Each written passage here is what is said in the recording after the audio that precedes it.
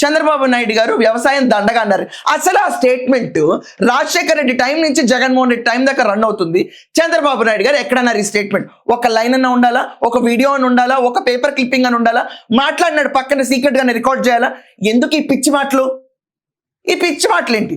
రాష్ట్రంలో ఎవడింటాడు ఈ పిచ్చి మాటలు? జగన్మోహన్ రెడ్డి గారు మీరు మాట్లాడేదానికన్నా కొంచెం లాజిక్ ఉండాలండి, ఉండాలి. ఏం లేకుండా చంద్రబాబు నాయుడు వ్యవసాయం దండగా ఎక్కడుందా స్టేట్మెంటు? ఎక్కడుంది? అదే మనం చూసుకుంటే కనుక తల్లికి వందనం అందలేదు సరిగ్గా 2 ఏళ్ల పాటు ఉంది ఆన్ రికార్డు.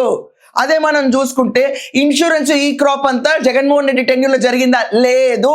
అసెంబ్లీలో గోల చేస్తే ఆ సెషన్ ఆపి అప్పటికప్పుడు కొంతవరకు ఇన్సూరెన్స్ అమౌంట్ కట్టిన దాఖలాలు స్టేట్మెంట్లు ఉన్నాయి.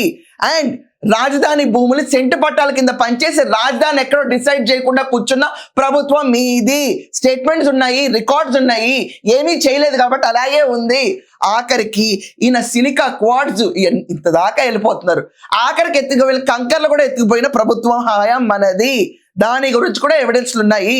ఎక్కడుంది దీనికి సమాధానం? జగన్మోహన్ రెడ్డి లాస్ట్ మీ టెన్యూర్లో 7,700 కోట్లు రైతులు కనుక మీరు ఆదుకుని విచ్చించుంటే గనక, ఆ స్టేట్మెంట్స్ ఉంటే గనక ఓపెన్ డిబేట్ కూర్చోవచ్చు కదా. ఎక్కడికి వెళ్ళి అవి?